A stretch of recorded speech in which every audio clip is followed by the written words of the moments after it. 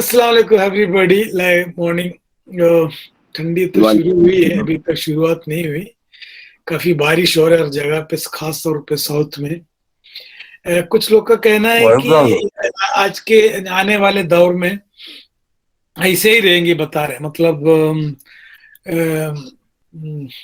मौसम अभी आगे ऐसे ही रहेंगे कह रहे, क्योंकि एक्चुअली ये जैसे हमारा मलेशिया वगैरह में ऐसे मतलब सालों साल बारिश होता है, कभी धूप निकलता है, कभी बिजली, या एक मुरक्कब ऐसा एक पर्टिकुलर मिजाज ऐसा नहीं रहते कि विंटर समर ऐसे रेनी मानसून कहने की है। ऐसे होने जो वाले बता रहे कोई क्लाइमेटिकल चेंजेस पूरा मतलब आलमी तौर पे भी है, लेकिन खास तौर से हिंदुस्तान में बता रहे कि अभी क्लाइमेट ऐसी है। क्योंकि ये जो बारिश अभी जब से शुरू हुआ, जैसे केरला में शायद मेरे ख्याल से अप्रैल में बारिश शुरू हुआ, अप्रैल मई जून जुलाई अगस्त सितंबर अक्टूबर नवंबर, 8 महीना हो गए।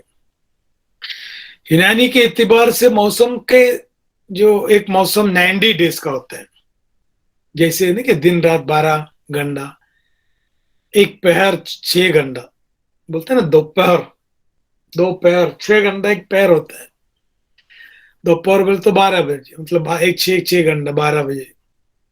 एक सदी कुछ लोग बोलते 12,000 साल का है, कुछ लोग बोलते 24,000 साल का है। वैसे एक मौसम 90 डेज का है। 90 डेज का मौसम मतलब 3 महीने का एक मौसम।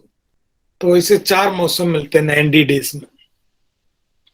तो वो कुल मिला के 3.5 मतलब 100 के तकरीबन 365 डेज का कहते हैं मौसम। तो 90 डेज में एक मौसम बदल जाता है। इसलिए मौसम का ध्यान रखना जरूरी है, क्योंकि हकीम को मौसम की जानकारी रखना इसीलिए जरूरी है। कभी हमारे ट्रीटमेंट में हम लोग को मौसम को मद्देनजर रखना जरूरी है। मिसाल के तौर पे अक्सर पूछते हैं डॉक्टर साहब हिजामा करने के बाद में अब कब आऊं, पूछते। या कुछ लोग बोलते हैं हर महीने आके हिजामा करो। हर महीने आके हिजामा करने की जरूरत नहीं। हिजामा के उसूली इलाज में ये लिखा है कि एक मौसम से दूसरे मौसम में दाखिल होने से, यानी उस मौसम में इंसान मतलब बीमार पड़ता है, यानी कि ठंडी शुरू हो रहे, या ठंडी खत्म होके गर्मी में जा रहा है, या गर्मी खत्म होके बरसात के महीने में जा रहा है। तो ये मौसम ज्यादातर मरीज की जो सेहत में कशमकश एक हालत रहता है, तो उसमें जल्दी आदमी बीमार पड़ जाता है। मिसाल के तौर पे मगरिब के टाइम बच्चे अक्सर बीमार पड़ते, बच्चे हो या बूढ़ा हो। 5-6 बजे के बाद में कभी कभी टॉन्सिलाइटिस हो, बुखार की शिकायत हो, ठंडी लग रहा हो, गला पकड़ रहा हो, ऐसा लगता है मैं बीमार होने वाला हूँ, बुखार आ रहा है, ये सब ज्यादातर मगरिब के टाइम पे होते हैं।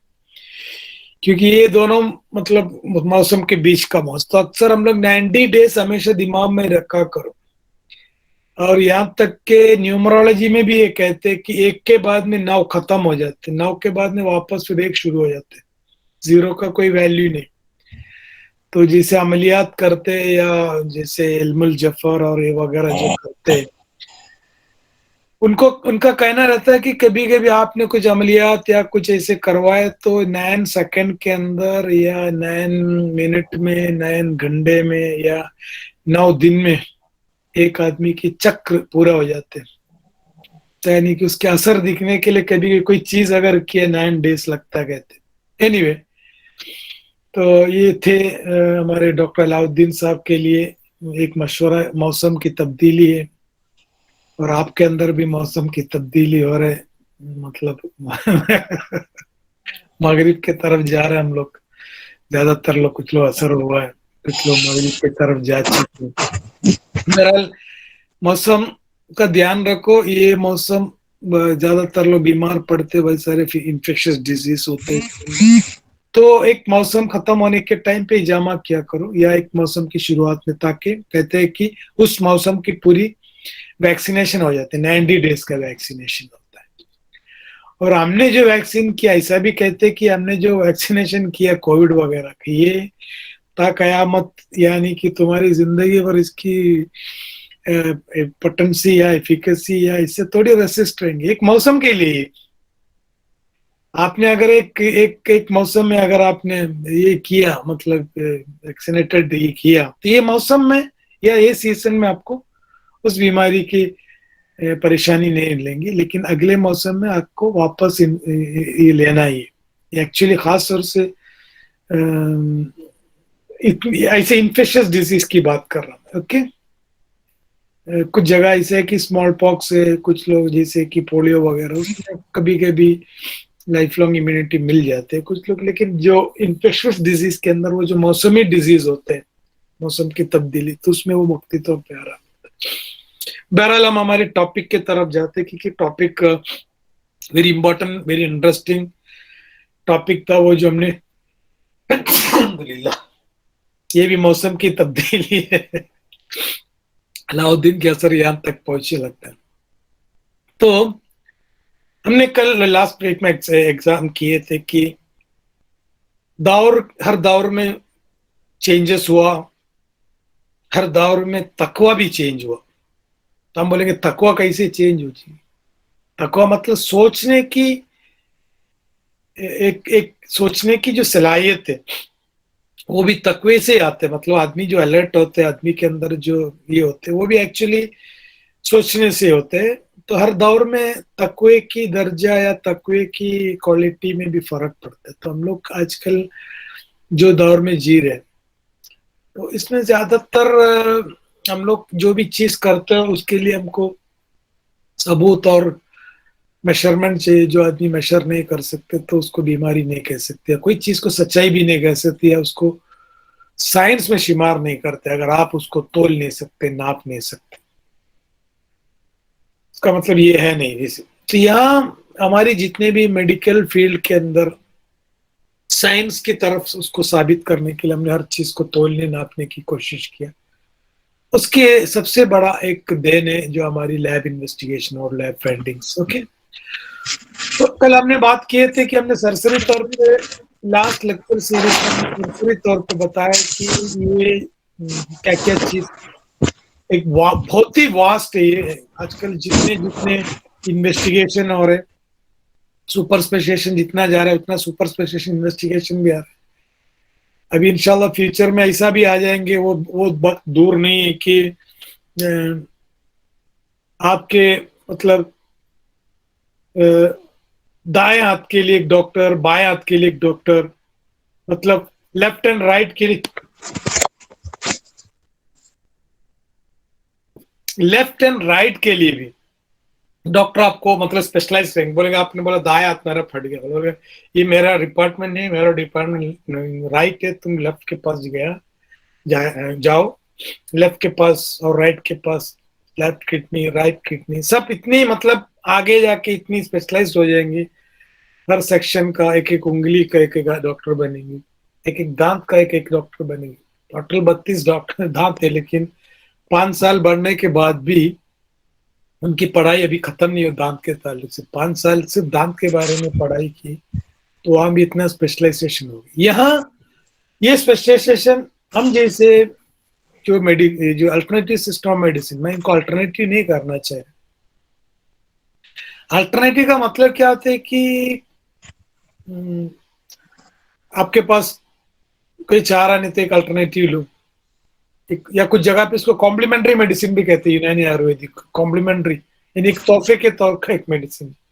ये actually main stream main line का ही मतलब ट्रीटमेंट का एक मेथड है। अक्सर आप देखते होंगे कि अभी हमारे पास जो पेशेंट आते हैं, डॉक्टर साहब एलोपैथी हो गया, आयुर्वेदिक हो गया, होम्योपैथी हो गया, योगा भी हो गया, सिद्धा भी हो गया, आखिर हमारे पास आता है ये अभी आप ही तो बचा सकते, आप ही संभाल सकते, क्योंकि बाबा ने भी बोला अभी यूनानी के अलावा इसमें कोई चारा नहीं। बहरहाल इन्वेस्टिगेशन को अहमियत, ये नहीं बोल रहा कि इन्वेस्टिगेशन का कोई अहमियत नहीं, इन्वेस्टिगेशन अपनी जगह पे सही है, लेकिन ये इन्वेस्टिगेशन अपनी ट्रीटमेंट में अपनी सोच में खलल नहीं डालना चाहिए। जैसे अभी फॉर एग्जाम्पल जब हम थोड़ा सा पॉइंट पे आते हैं कि जैसे अभी हम लोग अक्सर जो टीसी डीसी या हीमोग्राम का इन्वेस्टिगेशन करते हैं, जैसे फॉर टोटल काउंट के अंदर हमने डिफरेंशियल काउंट इज टोटल, हम लोग सबसे पहले लिखते हैं कि HB, TC, DC, ESR, यानी हीमोग्राम में जो चेकअप कर। तो टोटल काउंट और जो डिफरेंशियल काउंट है, अगर सपोज एक हकीम के पास आ गए वो रिपोर्ट, ओके, वो हकीम आज तक बियोमस यानी कि डिग्री, मतलब यूनिवर्सिटी की स्टडी नहीं की, सिर्फ उसने तिब की किताबें पढ़े, यहाँ तक कि अल कानून, किताबुल मंसूरी, किताबुल हावी, कामिल सना, ये सब तमाम किताब उसने पढ़ डाला, बाय हार्ट भी है, ऐसा भी नहीं कि समझ के रखे, मंदी के एतबार से, फलसफे के हिसाब से पढ़े। अगर एक मरीज आया, मरीज कुछ शिकायत नहीं बताया, मरीज आके वो पर्चा सामने रख के हकीम साहब की, देखो हकीम साहब मुझे थोड़ा इलाज चाहिए, देखो रिपोर्ट थोड़ा सा प्रॉब्लम लग रहा है।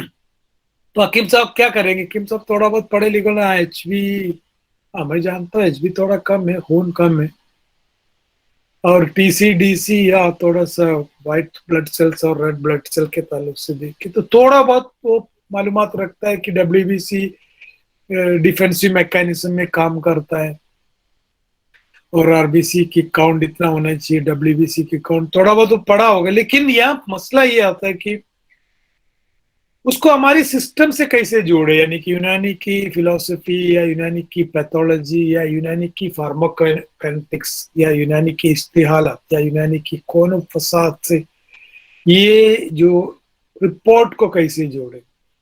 मैं समझता हूं आज के दौर में अगर हम लोग जितने भी रिपोर्ट को जो हमारे पास आते हैं, वेदर इट इज लिम्फोमा हो, वेदर इट इज ओस्टियोमा हो, वेदर इट इज मेनिंजियोमा हो, ये तमाम रिपोर्ट को सोच समझ के उसकी असबाब और उसकी अलामत के इतिबार से, अगर हमारी फिजिक्स में या हमारी कैफियत में या हमारी क्वालिटी में या मिजाज में अगर ट्रांसलेट करना सीखा, तो मैं समझता हूँ हो गया हम लोग की पूरी तहकीक और हमारी खोज उसी में खत्म हो जाती है।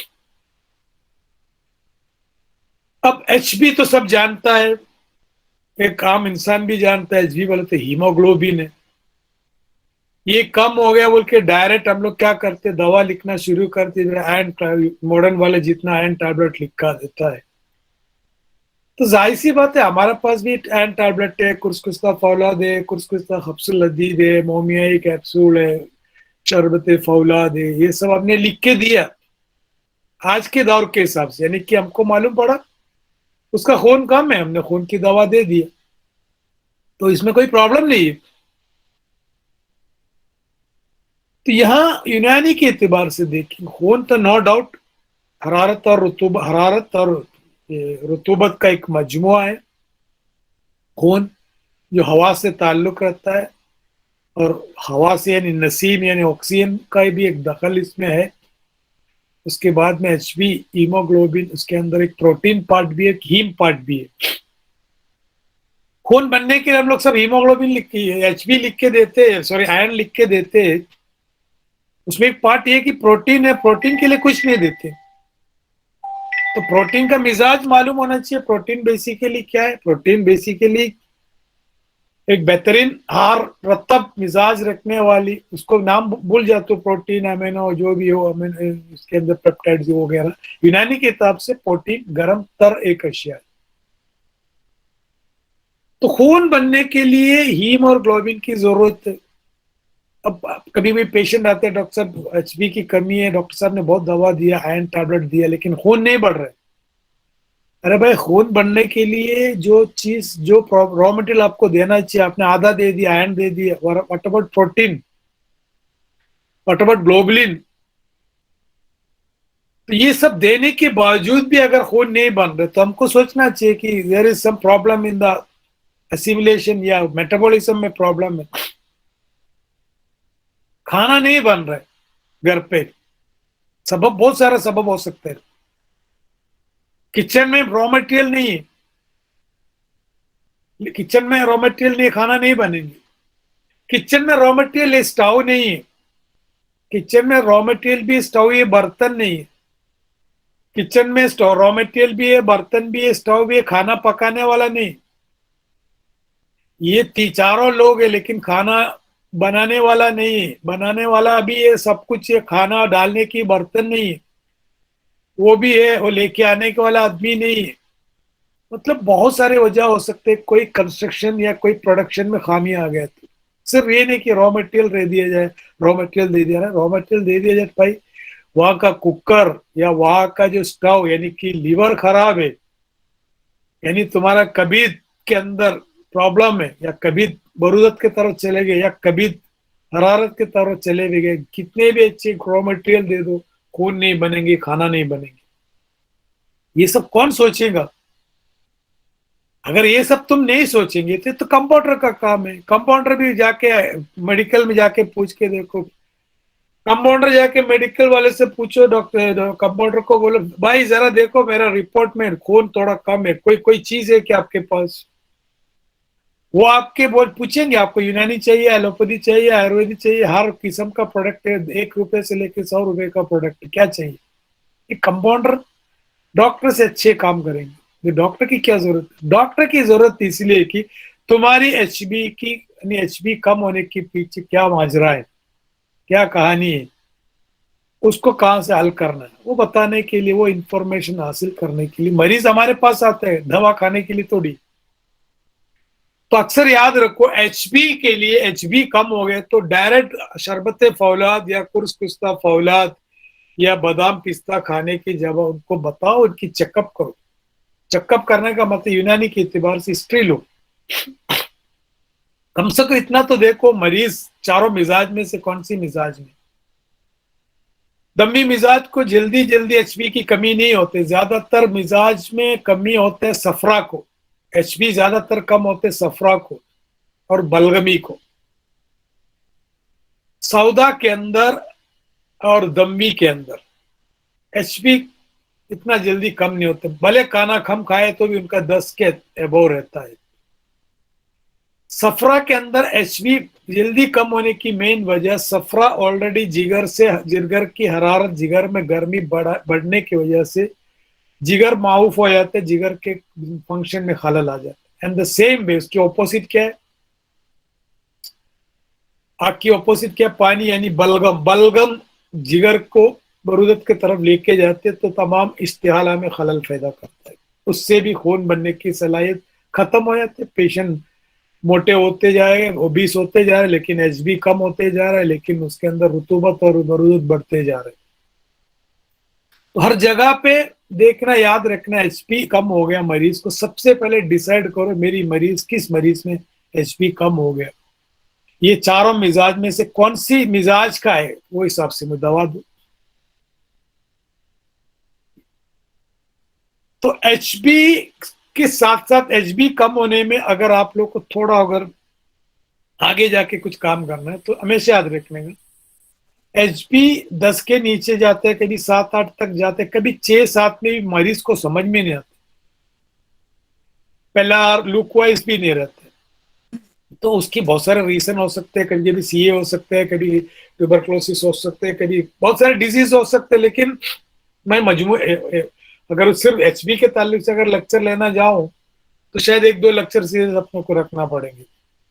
यहाँ याद रखने का, एचबी 10 के नीचे गया तो उसको एनीमिया कहते हैं, और 15-16 के ऊपर गया तो उसको पॉलीसाइथीमिया कहते हैं। उसका कोई इलाज नहीं, पॉलीसाइथीमिया का भी इलाज है। अक्सर हम लोग क्या करते हैं, खून मतलब ट्रांसफ्यूशन या ब्लड डोनेट करते। हुक्मा का इलाज क्या है मालूम? असरारी नुस्खा लिख के रखो, ये एक असरारी नुस्खा है। अगर किसी को पॉलीसाइथीमिया तुम्हारे केस आया, एक रत्ती भर खालिस काफूर अगर खिला दिया जाए, एक रत्ती काफूर, एक रत्ती काफूर सुबह शाम कोई दवा में दाखिल करके दिया जाए तो पॉलीसाइथीमिया नॉर्मल में आ जाती है। मैं 2 पेशेंट को दिया, दोनों पेशेंट में काफी हद तक रिजल्ट मिला है। अब मैं ये सोचता है कि किस वजह से हो सकता है, कि गर्मी की ज्यादती है क्या, जिगर की गर्मी की ज्यादती की वजह से एचबी बना है, कि उस गर्मी को कम करने के लिए हमने नॉर्मल बरूदत से ज्यादा हटके थोड़ा काफूर बारी दे, जिगर को थोड़ा बरूदत की तरफ लेके आए। बहरहाल दो रेंज याद रखो, एनीमिया क्या है, पॉलीसाइथेमिया क्या है। अब यहाँ हमारे मकसद खून एचबी कम होने की वजह बहुत सारे हो सकते हैं, लेकिन एज फास्ट आपको जीपी में आपको काम करना है। अभी मैं हिकमत की बात नहीं कर रहा, जीपी में आपको काम करना है। तो खून बढ़ने की जो आयरन टैबलेट के साथ में जिगर को सपोर्ट करने की दवा दिया करो बेसिकली। अभी हमने अगर समझो मोमियाई दे दी, मोमियाई से खून बनता है, अगर सपोज उसकी बढ़ने की, अगर उसकी सुए अज़्म मेदी, अज़्म कब्दी, अज़्म उरूक की या कोई ऐसी चीज में अगर उसको कोई प्रॉब्लम आ गया, तो वो हिसाब से आप एक देबीदिल वर्द, माजिन देबीदिल वर्द या जवारी शर्मस या जवारी जैलनुस, इसमें से कोई भी एक दवा फौलाद हो या शरबत फौलाद हो, मोमियाई हो, कुर्सकुस्ता फौलाद हो, कोई भी एक चीज ऐड करके देखो तो फास्ट रिजल्ट मिलता है। जिगर का इस्लाह भी हो जाते हैं और एचबी भी बढ़ता है। ज्यादातर इसी में सही हो जाते हैं। कुछ लोग को शरबत दीनार ऐड किया करो एचबी बढ़ाने के लिए। और कभी कभी आता है कि एक एचबी इतना डाउन हो जाता है कि दुनिया परेशान हो जाते हैं, मॉडर्न मेडिसिन यहाँ तक कि बोन मैरो को भी खोद डालते, उसको भी तोड़ पेड़ के उसकी बोन मैरो भी निकाल के देखते, कुछ नहीं मिलते है।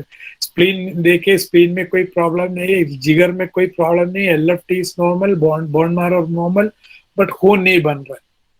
इधर इधर उधर पूरा दुनिया घूमे तो हमारे पास आते, तो हम लोग भी क्या करते हैं बेसिकली कहीं ना कहीं खून बढ़ने की। तो याद रखो, खून बढ़ने की दवा टॉनिक सब डॉक्टरों ने दे चुके हैं, वो खत्म होने के बाद में तुम्हारे पास है, तुम वहां ट्रायल एंड एरर मत करो। यहाँ एक सोच ये भी है, क्योंकि यूनानी में कहते हैं कि, यूनानी में ये भी कहते हैं कि जिगर से ही खून बनता है, क्योंकि किचन वही है। मॉडर्न के इतिबार से कभी कभी बोन मैरो को भी कहते हैं कि वहां से भी खून का मतलब प्रोडक्शन का मतलब एक मरकज वो भी है। तो ऐसी जगह पे कभी कभी हम लोग उसको भी ध्यान दिया करो। तो बोन मैरो को स्टिमुलेट करने के लिए यूनानी में ऐसी कोई खास दवा नहीं जो बोन मैरो को, उसमें सिर्फ एक दवा है जो आप जानते होंगे, उसका नाम है समुल्फॉर। समुल्फॉर को कहते हैं अल्सेनिक, फारसी में वर्षन में शुक कहते हैं, शुक। अल्सेनिक पॉइजन भी है, सम्मी दवा है, लेकिन एक जबरदस्त दवा, जैसे पेनिसिलिन के जैसे। पेनिसिलिन बहुत डेंजर भी है, बहुत जबरदस्त दवा भी है। हमदर्द भले बनाते थे उसके अब्बेसीन के नाम पे, अब्बेसीन।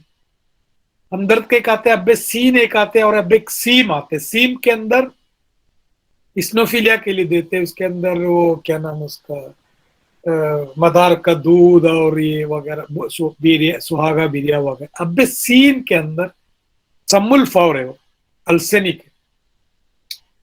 और हरमस का एक प्रोडक्ट आता है, लेकिन मैं बाहर नहीं देते, मैं खुद इस्तेमाल कर दूं, उसका नाम है अल अक्सीर। ये पुड़ी है वो। मैं इसलिए पुड़ी आप लोग के तक बेचना नहीं चाह रहा कि बोले रक्षा भी पुड़ी बांधना शुरू कर दिए।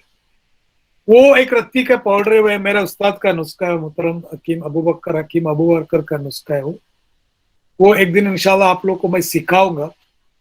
जो हम लोग जो सेदिला में, या हम लोग जो नुस्खा में जाएंगे, नुस्खा कैसे बनाएंगे अपने अपने क्लिनिक में, कैसे, वो टाइम लगेंगे। अभी से नुस्खे की तैयारी में है कुछ लोग, नुस्खा हम बाद में बनाएंगे, बताएंगे सबको, क्योंकि इसमें थोड़ा आपको लोग को थोड़ा सा ये कैफियत वगैरह जानना इसलिए और जरूरी है। तो वो काम करता है अलेक्सिर या शुक। तो अब भी सीन इस्तेमाल कर सकते हैं 1 BD, या कुश्ते कुश्ते सम्मुल फॉर। मैं अक्सर वो कुश्ते सम्मुल फॉर एहतियात से इस्तेमाल किया करो, एक रत्ती सुबह शाम। अक्सर मैं ये कैंसर में इस्तेमाल करता हूँ, ट्यूबरक्लोसिस में इस्तेमाल करता हूँ, जो कैचेक्सिक डिसऑर्डर जिसको कहते हैं, आदमी दुबला पतला होके मतलब ज़ईफ होके खत्म हो जाते, chronic fever, pyrexia unknown origin, ऐसी जगह पे मैं कुश्ता सम्मुल फॉर एक रत्ती देबीदिल वर्द में या जालिनूस में डाल के खिलाता हूँ। कुछ हकीम लोग ने लिख के रखा, जवारिस जालिनूस इस बेहतरीन दवा है अनीमिया के लिए। जवारिस जालिनूस के साथ मोमियाई या कुर्सकुस्ता फौलाद इस्तेमाल किया करो। ज्यादा दवा की जरूरत नहीं, सिर्फ एक दो दवा। एक जिगर को मद्देनजर रखो, दूसरा आप उसमें खून बढ़ने की एक रॉ मटेरियल डाल दीजिए।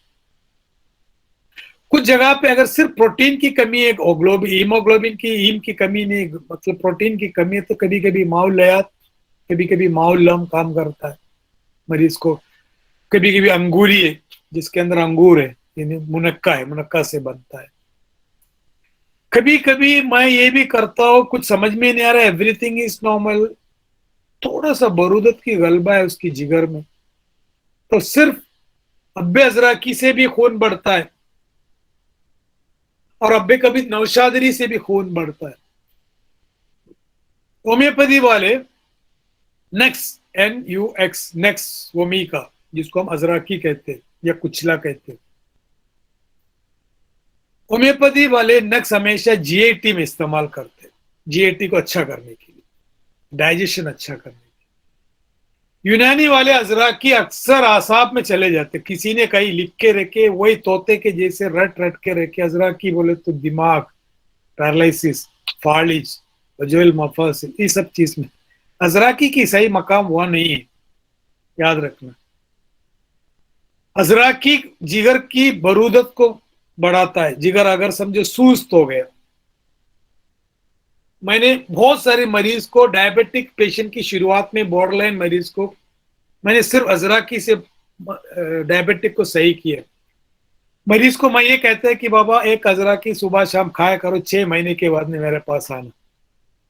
आके बोलते हैं डॉक्टर साहब 6 महीने हो गया, 2 साल हो गया, दवा बिल्कुल बंद हो गई, 6 महीने के बाद मुझे डायबिटीज का शिकायत ही नहीं है।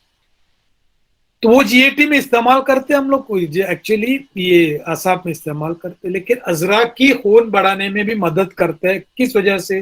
कोते आजिमा को बढ़ा के। और आपको, आपके पास HB एनीमिया की केसेस आया तो याद रखने का 4 कुव्वत याद रखो: अज़्म मेदी, अज़्म कब्दी, अज़्म उज़ुवी एंड अज़्म उरुकी। ये 4 अज़म के लिए भी 4 अलग अलग कैफियत काम करते हैं, याद रखना, 4 अलग अलग अलग।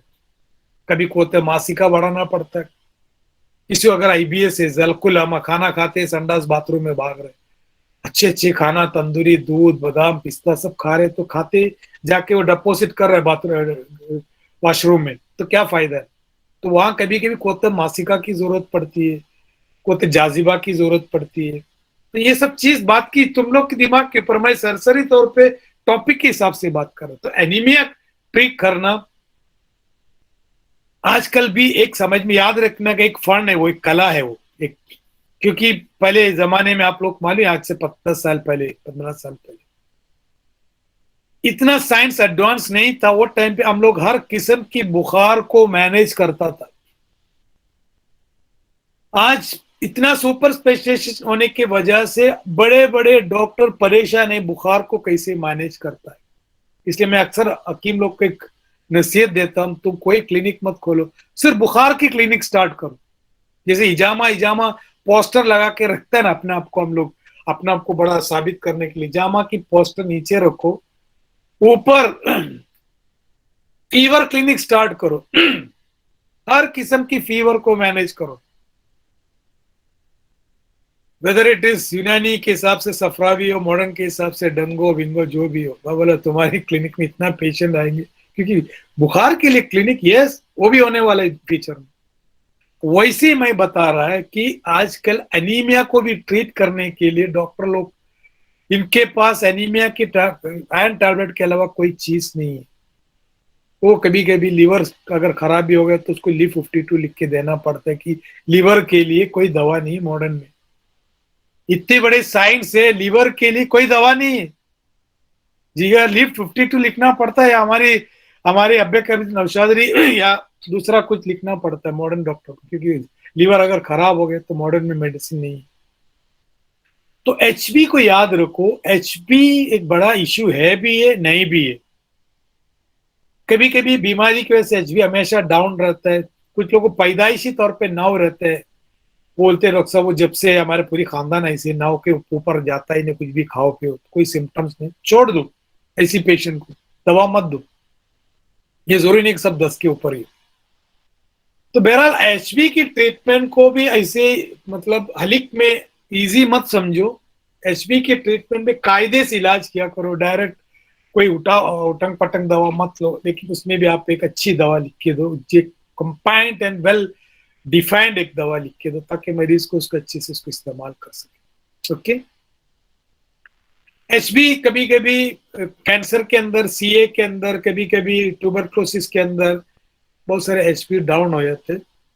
डिलीवरी के बाद में एचपी डाउन हो जाते हैं, दूसरे कोई इन्फेक्शियस डिसीज में भी डाउन हो जाते हैं। वो ध्यान रखो, खून बढ़ने के लिए हार रतब चीज की जरूरत पड़ती है। हार रतब का मतलब मुअल्लिद यानी कि तौलीद खून, खून बढ़ाने वाले मुअल्लिद, खून बढ़ने वाली तमाम अशिया, तमाम ग़िज़ा, तमाम दवा का मिजाज खून बढ़ने के लिए हार रतब होना चाहिए। अगर सपोज खून बनने की सलाहियत इस दवा से ही बनता है, हार रतब से, लेकिन खून बनने की या बढ़ाने की मशीन अगर खराब है, तो आप दूसरी मिजाज इस्तेमाल कर सकते हैं, तो जिगर को, मैदे को ताकत देने की। ओके। एचबी के ऊपर और जा सकते हैं डीप में। एचबी आप इतना काफी है आप लोग को जीपी संभालने के लिए। याद रखो, सिर्फ सिर्फ हीमोग्लोबिन की गोली बढ़ाने के साथ साथ ध्यान दिया करो एचपी और मैदे की। स्टार्टिंग में आते एचबी कम हो बोल के उसकी बोन मैरो खोदने के चक्कर में मत रहो, वो सब लास्ट स्टेज में। फिर अगर डीप में जाएंगे, मेगालोब्लास्टिक, एप्लास्टिक, बहुत सारे अनीमिया है मॉडर्न के हिसाब से। मैं वो तफसील में और तकसीम में जाना नहीं चाह रहा, क्योंकि जितना तुम तकसीम करेंगे उतना तुम मुद्दे से, उतना तुम रूट से, उतना तुम हकीकत से दूर चले जाएंगे, क्योंकि सेंट्रल पॉइंट्स हट जाते हैं। जितना तुम शाखों बशाखों पे शाखे जाएंगे तो रूट से बहुत दूर हो जाएंगे। दूसरी चीज, जैसे एचबी के बाद में टीसी डीसी देखते तो बहुत सारे बीमारी में बोलते हैं हम आपकी खून में कीड़े कीड़े की मिकदार कम हो गया, कीड़ा कम हो गया, यानी कि डब्ल्यूबीसी कम हो गया, बढ़ गया। डब्ल्यूबीसी बेसिकली एग्जैक्टली हम लोग ने या कोई हमारी पूरा हमारे हुकुमा ने डब्ल्यूबीसी तक पहुंचा नहीं। खून की जर्रात को हमने बलगम के इतिबार से माना होगा, जिसे बलगम, खून के अंदर भी 4 खिलते मौजूद है, तो उससे बलगम से मुशाबियत किया है, नो डाउट। लेकिन ऐसा नहीं कि उसके अंदर लिम्फोसाइट्स, मोनोसाइट्स, ये बेसोफिल स्नोफिल बोल के इसको तकसीम नहीं किया। ये हमारी थॉट एक्सपेरिमेंट कर सकते हैं हम लोग, इतनी सारी सहूलत हमारे पास है, लेकिन हम लोग आज तक थॉट एक्सपेरिमेंट में उतरा नहीं। मिसाल के तौर पे, कोई आदमी बार बार छींके आ रहे हैं, छींके आ रहे हैं, छींके आ रहे हैं और इतना अस्थमा आ रहा है, उसको ब्लड चेक किया तो पता चला कि इसका स्नोफिल काउंट बढ़ गया, यानी इओसिनोफिल या स्नोफिल काउंट बढ़ गया। अब हुक्मा ने तो लिख के गया, आगे तो हमको लिखना चाहिए भाई। आज जो नया जनरेशन बच्चों के हिसाब से हुक्मा को लिखना चाहिए एब्सोल्यूट स्नोफिलिक काउंट, यानी आईजीई, या समझो आपके जो डब्ल्यूबीसी के अंदर या स्नोफिल काउंट अगर बढ़ गया, तो याद रखना मरीज को बोल सकता है आपको थोड़ा सर्दी हो गया, सर्दी हो गया, उसको बोलो सर्दी हो गया तुमको। हमारे यूनानी के हिसाब से बलगमी अमराज है, लेकिन तुम यूनानी बोलेगा तो तुम्हारा दर्जा कम हो जाएंगे, तो उस जगह पे तो क्या बात इस्तेमाल करेंगे, ओ या थोड़ा एलर्जी की प्रॉब्लम है। एलर्जी एक लफ्ज है, अंग्रेजी वर्ड है, क्या लफ्ज इस्तेमाल कर रहे हैं, क्या स्टिकर इस्तेमाल कर रहे हैं, खुद सोच के देखो। एलर्जी वर्ड कोई वर्ड ही नहीं है वो। कितने वर्ड मतलब मेडिसिन में वर्ड इस्तेमाल ही नहीं करना चाहिए। एलर्जी जैसे हम मुसफ़ी खून इस्तेमाल करते, वर्ड इस्तेमाल ही नहीं करना चाहिए। मरीज को बोलो तुम्हारे अंदर थोड़ा सा बरूदत और रुतूबत बढ़ गया, तुमको रिपोर्ट दे के, अगर रिपोर्ट पेशेंट को बोलने की जरूरत, रिपोर्ट दे के रख दो। पेशेंट को पूछो रात में तुमको अस्थमा आता है? हाँ डॉक्टर साहब, आपको कैसे मालूम?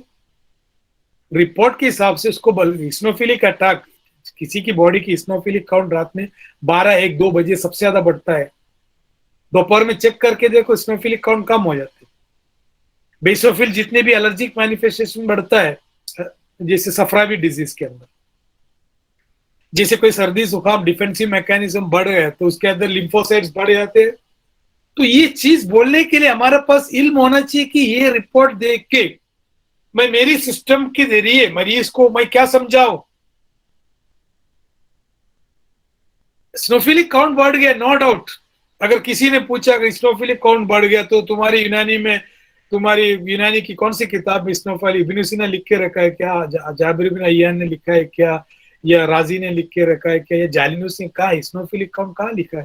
फिर तुम कैसे ले रहे? तो हम बोलेंगे नहीं, इसको सर्दी जुकाम बढ़ रहा है इस्नोफिलिक काउंट बढ़ने से। तो मेरा कयास और तजुर्बे के हिसाब से, जैसे हमने फिलोसफी में पढ़ा, इसको बोलते कि दो प्रीमाइसेस मतलब ए प्रीमाइसेस में भी दो प्रीमाइसेस सही है, इसलिए मैं थर्ड, मेरा कंक्लूजन है ये बलगमी अमराज है, ये बलगमी अमराज है। जैसे एक प्रीमाइसेस क्या है, सर्दी जुकाम में नजला मतलब छींके आ रहे हैं, एक प्रीमाइसेस है। दूसरी प्रीमाइसेस जितने भी इस्नोफिलिक काउंट उनको सर्दी जुकाम होते हैं, इसलिए ये रिपोर्ट के मुताबिक उसको सर्दी जुकाम है। खलास हो गई, इसी को तो फिलोसफी कहते हैं, इसी को तो फिलोसफी कहते हैं, इंडक्टिव मेथड कहते हैं इसको। तो यहां याद रखने का, जितने भी डब्ल्यूबीसी में वेरिएशन आते, एक्सट्रीम वेरिएशन अगर आ गया, यानी कि 9,000 से 11,000 होना चाहिए डब्ल्यूबीसी, वो समझो कभी कभी 11 से हटके 20-25 तक जा सकते, कोई मसला नहीं। 1,000 बढ़ गया बोल के कुछ, एक थोड़ा बायोप्सी करो, लगता है कैंसर है, सीए लग रहा है, लिखीमिया हो सकते हैं, एक्यूट माइलोइड हो सकते हैं, क्रॉनिक हो सकते हैं, ये एएलएम होता है, ईएलएम हो सकते हैं, तो डराने की जरूरत नहीं। अगर काउंट 90,000 बढ़ला के ऊपर अगर जा रहे हैं, तुम तुम्हारे दिमाग में रखो, मरीज को मत समझाओ इसमें फिर ये काउंट वाइट ब्लड सेल कम हो गया। कहीं ना कहीं डिफेंसिव मैकेनिज्म में प्रॉब्लम, डिफेंसिव मैकेनिज्म में बलगम भी काम करता है। तो बलगम बढ़ गया इसका मतलब ये जरूरी नहीं कि नाक से गिरने वाला बलगम नहीं, खिलते बलगम एक्टिव है, खिलते बलगम में डब्ल्यूबीसी है। डब्ल्यूबीसी फैगोसाइटोसिस का काम करते हैं, डिफेंसिव मैकेनिज्म में काम करते हैं बहुत सारे जगह पे, यहां तक के अगर तुम्हारी बॉडी में सफरा बढ़ गया, उस सफरा की वजह से बॉडी में बहुत सारे तोड़फोड़ की चांसेस है, क्योंकि सफरा का काम क्या है, तफर्रुक, खुश्की। उस सफरा की अदाब को कम करने के लिए बलगम बढ़ना ही पड़ेगा, ताकि तुम्हारी सफरा की खराबी कम हो जाए। जैसे किसी को इस्नोफिलिक अटैक आ रहा है, कभी ये डाउट हो जाती है ये नजले आ रहे क्या, नजले है क्या, बारिश है क्या, तमाम सिम्टम तो सफरा का दिख रहा है, लेकिन मरीज को नाक से पानी बह रहा है, बलगम बह रहे। तो बॉडी क्या करते, कभी कभी बॉडी ऐसा भी करते, आग लग रहा है, कई जगह पे आग लग रहा है, यानी कि सफरा बढ़ रहा है, तो जाहिर सी बात है पानी भरना शुरू करेंगी बॉडी, यानी तुम्हारा बलगमियत को बढ़ाने की कोशिश करेगी ताकि सफरा की अदाब कम हो जाए। ये भी फिलॉसफी है। जैसे ग्लूकागॉन और इंसुलिन की जो सेक्रीशन होता है, जैसे इंसुलिन बढ़ता है तो जाहिर सी बात, जितना बढ़ने के बाद में अपने ज्यादा होने के बाद अपना इसको बोलते हैं नेगेटिव फीडबैक मैकेनिज्म। ये नेगेटिव फीडबैक मैकेनिज्म सिर्फ हार्मोन के लिए नहीं, ये नेगेटिव फीडबैक मैकेनिज्म हेल्थ के लिए भी है। जैसे किसी को मालिकोलिया हो रहा है, खून कम होने की वजह से सौदावी मर्ज हो रहा है, सॉरी, खून कम होने से सौदावी मर्ज हो रहा है, अपोजिट कभी कभी जाहिर होते हैं। तो ये बात की बात है, ये तुम लोग थोड़ा सा कंफ्यूजन हो जाएंगे, मगर इसके ऊपर जाएंगे तो तुम लोग अगर जब तक कुलियात परफेक्ट नहीं होती इस चीज के ऊपर बहस मुबाहिसा नहीं करेंगे, क्योंकि तुम लोग, मैं अक्सर कहते हैं कि जो अगर परफेक्ट नहीं इस्लाम तो कादियानी में जल्दी चले जाते हैं।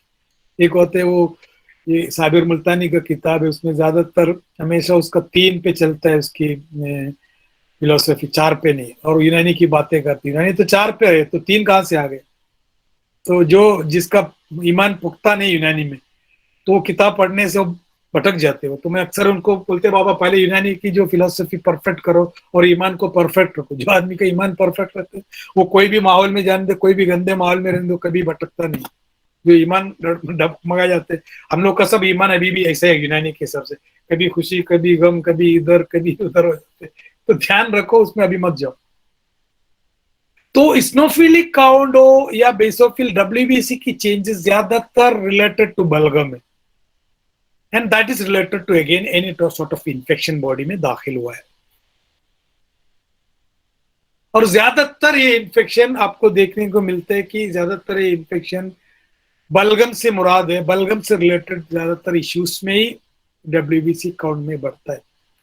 और इसमें जो अक्यूट जो ज्यादा बढ़ता है किसके अंदर, कैंसर के अंदर, तो यहाँ एक डाउट, आप लोगों को डाउट नहीं होना चाहिए, मैं डाउट क्लियर करना। जैसे भी हम लोग ने कैंसर के ताल्लुक से क्या लिख के रखे, सरतान, सरतान एक सौदावी अमराज है। सरतान सौदावी अमराज नहीं, हर सरतान अमराज सौदावी नहीं। सौदा से मुराद क्या है? सौदा, सौदा एक जगह इकट्ठा होता है, जल्दी फैलता नहीं, उसमें हरकत कम है, वो मुंजमिद साकित चीज है सौदा। पोटेंशियल एनर्जी है, फैलने की सलाहियत, काइनेटिक एनर्जी नहीं है इसके अंदर। अगर सपोज ल्यूकीमिया के बारे में सोच के देखो और सरतान को सोच के देखो, सरतान में तो बढ़ोतरी कम होना चाहिए, ग्रोथ नहीं होना चाहिए। एक uncontrolled growth without any function, उसी को कहते हैं ना हम लोग सरतान एक्चुअली। तो यहां बलगम की यानी कि क्वालिटी की चीज बढ़ रही, सौदावी भी नहीं। या सौदा किधर आया? तो सौदावी मर्ज में कैसे गिने? सौदावी मर्ज के मुराद ये था उस दौर में, सौदा रद्दी मानता है, जबकि रद्दी नहीं, हम लोग मानता है वो सौदावी काम की चीज है। जो काम सौदा करता है वो कोई नहीं कर सकता। सौदा से मुराद बईदुल इलाज है, यानी उसको इलाज में थोड़ा टाइम लगता है। और अक्सर हम लोग इसमें जो ब्लड कैंसर में, जो ब्लड कैंसर यानी कि दवा कभी देखे, कभी लोगों ने कोई थॉट एक्सपेरिमेंट किया? मेरे अरमस के पास एक दवा है, वो आप लोग ने बना भी चुके, बेहतरीन रिजल्ट है वो ल्यूकीमिया में। वो है हल्दी, या है मिजाज गर्म खुश्क, कुरकुमिन जिसके अंदर पाया जाता है। इलाजुल गुरबा में लिखा है कि ब्लड कैंसर के लिए 3 to 6 ग्राम मिकदार, यानी कि 1 चम्मच हल्दी को दूध में डाल के सुबह शाम दिया करो ब्लड कैंसर के लिए। और ब्लड कैंसर के लिए भी यही काम करता है, इस्नोफिलिया में भी यही काम करता है। आयुर्वेदिक वाले सबसे ज्यादा इस्नोफिलिक अटैक में हल्दी से खेलते हैं, उनके बहुत बहुत सारे प्रोडक्ट है हल्दी का। तो इस्नोफिलिक काउंट बढ़ने में, इवन कैंसर बढ़ने में भी एक ही दवा इस्तेमाल कर रहे हैं हम लोग, कुरकुम, जैसे हमारे रोवन कुरकुम है या कैप कुरकुम है अरमस का, वो काम करता है वो।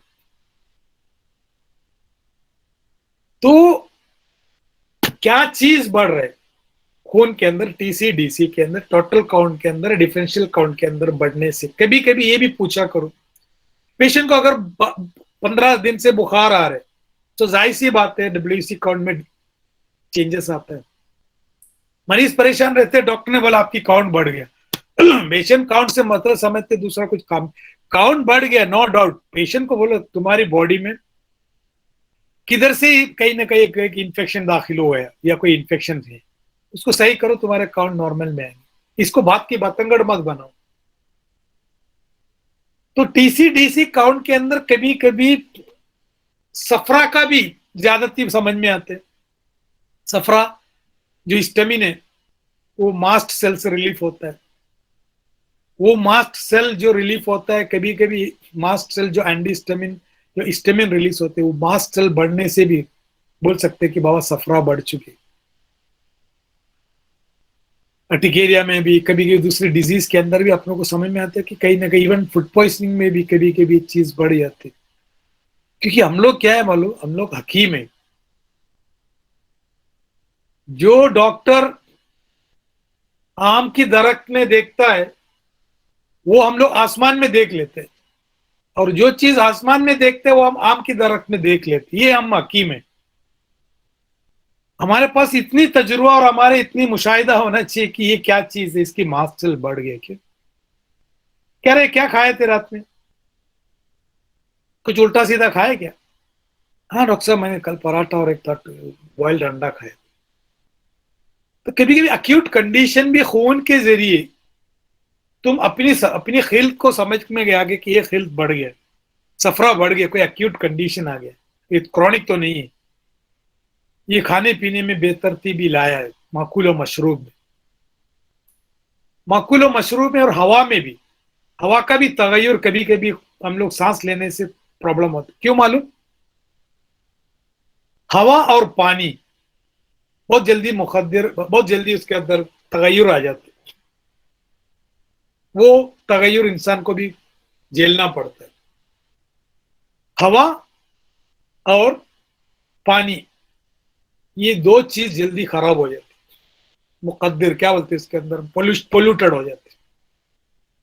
तो अगर तुम वो सांस ले रहे, वो पी रहे, वो भी तुम्हारे खून के अंदर अचानक आके अक्यूट तौर पर सफरा के तौर पे खून के अंदर, हेल्थ के अंदर तगय्युर ला सकता है।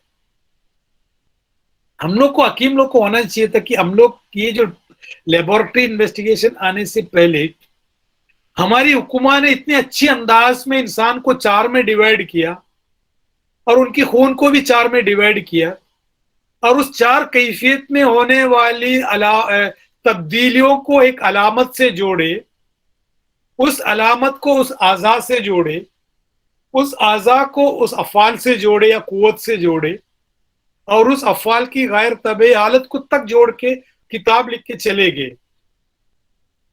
फिर भी हम माजूर और मफलूज है, नहीं भाई यूनानी में ये सब कहाँ इन्वेस्टिगेशन, अरे यूनानी की इन्वेस्टिगेशन तो शुरू हुआ दुनिया में।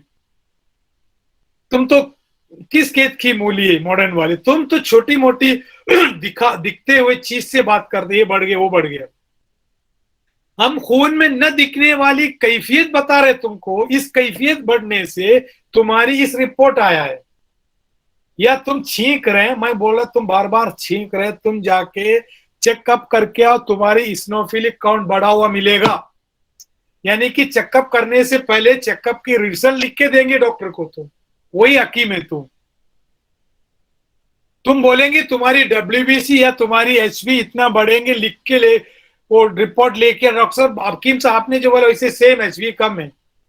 अब आपको मालूम हो ना हमको रिपोर्ट की क्यों जरूरत नहीं पड़ रही, हम रिपोर्ट से पहले से रिपोर्ट निकाल देते तुम्हारी, क्योंकि रिपोर्ट की सबब हमको मालूम, वो रिपोर्ट यानी कि अलामत है, वो अलामत लेके आएंगे, तुम अलामत से तुमको क्या लेना देना है, उस अलामत है वो रिपोर्ट बोले तो हम उस अलामत की सबब है, हम लोग मुकद्दम है उससे, हम सबब बताते भाई।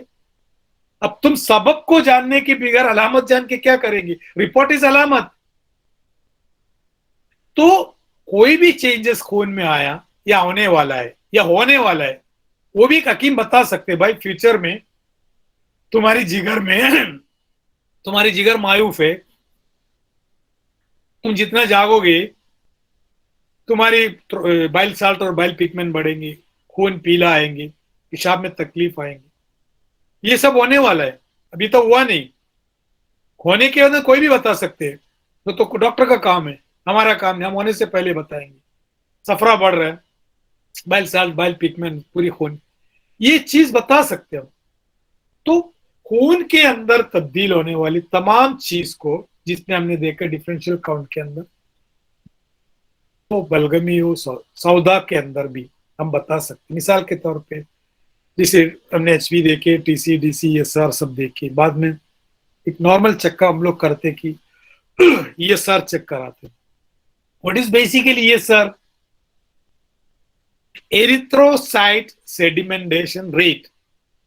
एक्चुअली होता क्या, वहां फिजिक्स क्या हो रहा है, खून को ऐसे बना के, मतलब एंटीकोएगुलेंट डाल के खून ना उसको डाल के एक छोटा सा पाइप में बना के रखे, वो हीमोग्लोबिन निकालना है जो हमने जो किए थे ना पैथोलॉजी लैब, एक घंटे के बाद में रिपोर्ट आता है 1 आवर में 25-30 mm में या 50 mm में या 100 mm में या 120 mm। तो रिपोर्ट तो पढ़, लेकिन कभी एक हकीम है हम लोग, कभी एक थॉट एक्सपेरिमेंट किया करो, इससे क्या समझ में आ रहा है। सेडिमेंटेशन रेट बढ़ गया, यानी कि यूनानी के इतिबार से सौदावियत, ठोसपना, सॉलिडिटी, यानी कि एक सलीब, एक सलाबत, एक खुश्कीपना, एक खुश्कीपना के साथ साथ एक सुकूनपना। सुकूनपना वर्ड मेरा बना रहा हूं मैं कभी कोई वर्ड इस्तेमाल कर सकता, तुम लोग समझ लेना, क्योंकि एक लैंग्वेज है, मैं कुछ भी वर्ड इस्तेमाल करता हूं। सुकूनपना, हर चीज की वजह से खून एक जगह पे तैनशीन हो गया कि सौदा का कहीं ना कहीं दखल है। तो उससे फर्स्ट रिपोर्ट हम बोल सकते हैं इसकी बॉडी में कहीं ना कहीं क्रॉनिक इश्यूज है, कोई ना कहीं एक मुजमिन अमराज है। सबसे पहले यूनानी कोई बता सकते हैं ये सर देख के, हमारी तिप के इतिबार से अगर खून जल्दी मुंजमद होके मतलब उसकी साइज ज्यादा हो रहे, तो आपको कहीं ना कहीं एक क्रॉनिक डिजीज है, इंशाल्लाह will find out later, patient को बोल सकते हैं। मिसाल के तौर पर आपको या तो ट्यूबरक्लोसिस है, मुंह पे जाके मत बोला करो ये सब चीज, पेशेंट डर जाएंगे। क्रॉनिक ब्रोंकाइटिस 2 हफ्ते से अगर खांस भी रहे तो भी ये सर बढ़ेगा। क्रॉनिक ब्रोंकाइटिस हो, खांसी जिसको हम कहते हैं नॉर्मल खांसी, ये सर बढ़ जाता है। टीबी है, मलेरिया है, एड्स है, कोई भी मुजमिन अमराज, कैचेक्सिक डिसऑर्डर, कैंसर हो, सब चीज में ईएसआर बढ़ा हुआ रहता है। तो खून के अंदर मामूली सी एचबीटीसी, डीसी, ईएसआर, ये 3 चीज से हम अंदाजा लगा सकते हैं कि इस मरीज का क्या बीमारी में मुब्तला होने का चांसेस ज्यादा है। उसके साथ खुद मरीज का भी अगर मिजाज जान लिया तो और इजीली उसको बोल सकते, बाबा तुम अगर एहतियात नहीं करेंगी तुम्हारी ये सब रिपोर्ट और गड़बड़ आने वाला है। यानी तुम्हारे अंदर जिगर मायूफ है, मैदा मायूफ है, क्या मायूफ है इसको बता सकते। और यहां तक कि अभी मेरे क्लिनिक में लड़का जो था, जूनियर लड़का, उसका नाम भूल गया, वो ट्रेनिंग के लिए आता था। उसका शौक क्या था मालूम? 4 ब्लड ग्रुप को यूनानी से कोरिलेट करने की कोशिश कर, उसमें इसमें सिर्फ एक वर्ड उसने किया कि पीआर ब्लीडिंग, पर रेक्टल ब्लीडिंग।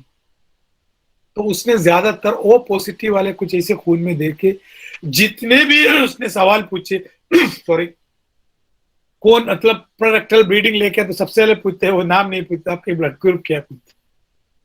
तो 99% भी मिला कि इसको ब्लड ग्रुप ओ आ रहा है।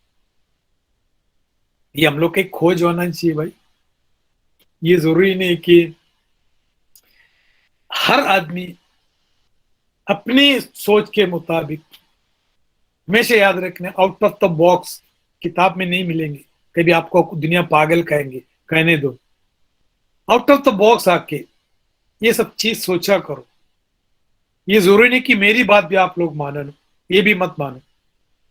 आउट ऑफ द बॉक्स जाके हर बीमारी को देखो। अल्लाह ताला ने हमको इतनी एक अच्छी इल्म दिए, कहते हैं ना कि बुखरात नहीं, सोक्रेटिस का कहना है कि सुकरात का हर अच्छी चीज का इल्म भी अच्छा ही होता है, हर अच्छी चीज का इल्म भी अच्छा ही होता है। और इंसान अशरफुल मखलूक है, तो जाहिर सी बात है उसके बारे में पढ़ना भी, उस इल्म भी बहुत अशरफ है। उसकी माहिर लोग हैं हम लोग, उसकी उसकी मतलब। तो वो याद रखो, इस सिस्टम को हमने आगे सरसरी तौर पे मत पढ़ो, इसको अपने तरफ से इलाज करो। ये जरूरी नहीं कि किताब के साथ चले, किताब से बाहर आ जाओ, ताकि कोई ना कोई एक इंगलाब, कहीं ना कहीं एक नजर सानिया जरूरी है इसके अंदर। जब हम लोग अगर नहीं करेंगे, इतनी सारी फैसिलिटी मिलने के बावजूद भी, किसी की अगर ये सर बढ़ गया तो फट करके हम लोग ये बोल सकते हैं भाई ये सर क्यों बढ़े। तो वो हिसाब से जरा सोचा करो। ये ज्यादा मैं डीप नहीं जा रहा, तो डीप जाए तो फिर उसको इंफिनिटी तक जा सकते हैं। मैं एक तो ये है कि जब हम एक हकीम बने, क्योंकि हकीम ऐसा नहीं कि नब्ज भी पकड़ लिया, नब्ज क्या एंट्री मारते ही बता दिए किस किस्म के आदमी है, दाखिल होते ही नब्ज तो पकड़ना दूर की, छोटे मोटे हकीम लोग का काम है। चेहरा देख के बता दी क्या भाई, पेट खराब है, गैस है क्या, नींद नहीं आ रही क्या, क्या है, कोई स्ट्रेस है क्या, क्या एपिलेप्सी की शिकायत है, ये सब चीज चेहरे पढ़ना चाहिए भाई। तो नब्ज पकड़ना, रिपोर्ट देखना, ये सब छोटे मोटे लोग का, हकीम का काम है। लेकिन शुरू शुरू में हमको चेहरा देख के एंट्री मारते, अरे यार तुम्हारा एलएफटी चेक करा, क्या एलएफटी खराब हो चुका है, तुम्हारे इस्नोफिल काउंट ज्यादा। हाँ डॉक्टर साहब मैंने एब्सोल्यूट इस्नोफिल काउंट अभी चेक किया तो 1000 के ऊपर गया, डॉक्टर बोल रहे 200-300 के ऊपर होना चाहिए। जाके चेक करो, एसओ टाइटर, आर एफ फैक्टर ज्यादा है तुम्हारी, नब्स नहीं पकड़े, चेहरा देख के चलने की स्टाइल देख। क्या डॉक्टर साहब मेरे पास रखा है रिपोर्ट, आपने एकदम सही बताया कीम साहब, मेरे ये सर है, एसओ आर एफ फैक्टर से बड़ा है। ऐसी मामूली चीज में हम फंस गए, ऐसी मामूली चीज को हम जवाब नहीं दे पा रहे, किसी से आंख नहीं मिला पा रहे। जो जिसको अपने आप को डॉक्टर एमडी कहते हैं, कि उनसे आंख क्यों नहीं मिला पा रहे। कल एक पेशेंट आया मेरे पास, पेशेंट बता रहे कि वो बहुत ही एजुकेटेड पेशेंट, यूनानी को इतना मान, मैं बोला एक चीज मुझे बताओ तुम लोग, तुम बता रहे कि तुम्हारी अस्थमा या शिकायत इस्नोफिलिक काउंट, रात में तुमको छींके आ रहे कसरत से, मतलब उसके माँ बाप और सब बड़े बड़े लिखे आईटी के लोग हैं, तो अपने को नहीं कि यूनानी वाले को अरे यार हमने तो बहुत देखे ऐसे ऐसे एक ही खेत की मौज, वो देखने से हमने तो उसकी डायग्नोसिस कर ले, तो ऐसे उनको जवाब मैंने दिया। तुम्हारे पास तुम्हारे बहुत सारे डॉक्टर होंगे, फैमिली डॉक्टर, तो मेरे तरफ से एक सवाल पूछ के आना, मैं जो पूछेंगे तो बुरा मानेंगे, आप लोग पूछेंगे, आप लोग इतना पूछो, ये अस्थमा जैसी शिकायत रात में 12-1 बजे क्यों बढ़ता है? क्योंकि अस्थमा अकलमंद है कि इंसान को सिर्फ रात में तकलीफ दे, दिन में नहीं। इसमें डायरेनल वेरिएशन क्यों है, या इस्नोफिलिक काउंट रात में 12 बजे क्यों बढ़ रहा है, या आपकी यूरिक एसिड की शिकायत सुबह या बढ़ने से, चलने से। तो यहां एक कैफियत काम कर रहा है ना, ठंडक की वजह। तो बोलेंगे डॉक्टर क्या बोलेंगे, वो रात में ठंडा है ना इसलिए अस्थमा बढ़ रहा है। अरे ठंडा तुम्हारी जबान नहीं है, तुम्हारी लैंग्वेज नहीं है, ठंडा हमारी लैंग्वेज है, तुम्हारी लैंग्वेज इस्नोफिलिया है। मैं वही क्वेश्चन पूछ रहा है, इस्नोफिलिक काउंट रात में 12 बजे क्यों बढ़ रहे हैं, सिर्फ उसका जवाब दो। बोल रहा हूं कोई भी बड़े डॉक्टर से मिले, जो मस्ती मजाक में पूछ लो, इस्नोफिलिक काउंट या अस्थमा की अटैक या सांस फूलने की तकलीफ ज्यादातर 12 बजे या 1 बजे रात में होता है, और दिन में अक्सर ये शिकायतें कम होते, छींकने खांसने और अस्थमा की शिकायत दोपहर में कम क्यों होता है। इसकी जवाब कोई डॉक्टर दे तो हम उनकी सिस्टम को भी मानेंगे, तो उनकी सिस्टम गलत नहीं है, याद रखना, मॉडर्न सिस्टम गलत नहीं। मॉडर्न सिस्टम एक सिम्टोमेटिक ट्रीटमेंट के आधार पर बने हुई एक एक वर्तुल है, वो वर्तुल घूम फिर के उसी में आएंगे, वर्तुल बोलती हिंदी में, वो वर्तुल के अंदर ही रहेंगे, वो उसके आगे बाहर जाए आ ही नहीं सकते। ओके, आगे बढ़ेंगे, ये सिस्टम, ये टॉपिक इंशाल्लाह आगे बढ़ेंगे, ये जितना हम उसमें जाएंगे वो आपको भी मालूम पड़ेंगे, और मुझे भी खुद मालूम पड़ते कितना मेरी नॉलेज और आप लोग की नॉलेज कितना कम है इस मामले में। जब तक तुम लोग इसके ऊपर गौर फिक्र करे बिगैर कुछ नहीं हो सकते, न पढ़ने से, न मुझे सुनने से, न कोई पढ़ते रहो, सुनते रहो, गौर फिक्र करते रहो, और तकवा अव्वल नंबर में, तकवे के बिगैर तिब का कोई वजूद ही नहीं, तकवा और फिलोसफी के बिगैर। तकवा बढ़ने के लिए सबसे अव्वल नंबर, मोबाइल को बाजू में रखो, सिवाय हमारे अल्ती बेब की लेक्चर के अलावा ज्यादातर काम आता है, ये भी कम इस्तेमाल किया करो। बच्चे कुछ तकवा भी हमारे मोबाइल लेके गया, सबसे खतरनाक, सबसे डेंजर चीज है। सर समूल फार कितने दिनों तक इस्तेमाल कर सकते हैं सर? सम्मुल फॉर आप एक 21 दिन खिला सकते हैं, उसके बाद में फिर एक थोड़ा गैप देख के सम्मुल फॉर को दूध के साथ इस्तेमाल किया करो, सम्मुल फॉर को शक्कर के साथ इस्तेमाल किया करो, क्योंकि शक्कर और दूध इसका मुस्ली है। पुराने जमाने में एक से किस्सा, बड़े बड़े किस्सा एक जगह पे लिखकर रखे, लाजवाब कबाब, क्या है लाजवाब कबाब। एक हकीम साहब ने इसको कबाब बना के दिया, किसको मालूम, एक बादशाह को।